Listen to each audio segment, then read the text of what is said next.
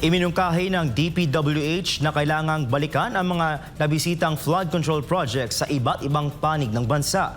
Ito'y upang matiyak kung tama ang lokasyon ng mga ito.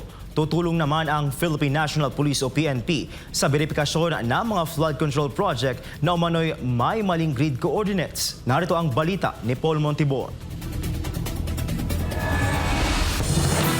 Tila hindi pa makausad-usad ang usapin sa flood control projects matapos na mapag-alaman ng Department of Public Works and Highways o DPWH na may ilang proyekto na hindi raw tugma sa lokasyon nito batay sa datos ng PNP at AFP na kasama sa mga inspeksyon ng mga proyektong ito. Nasa 10,000 na raw ang kanilang nabisita para tiyakin kung may proyekto nga ba o wala sa nasabing mga lokasyon na ibinigay sa kanila. Gayunpaman, mula sa 10,000 proyekto, may iilan sa mga ito na mali raw ang grid coordinates o hindi nagkakatugma ang lokasyon. Kaya naman iminungkahi ni DPWH Undersecretary Arthur Bisnar na balikan at simulan muli ang mga proyektong ito para siguruhing tama ang lahat ng proyekto dahil dito handa naman daw ang PNP para umalalay sa pamahalaan. Sa katunayan, nakahanda ang pulisya na magbigay ng technical and investigative support sa anumang ahensya, kabilang dito ang engineering verification at forensic validation ng mga proyektong sinusuri at mga nasuri na. Muli namang nilinaw ng PNP na ang ugnayan nito sa DPWH ay para maging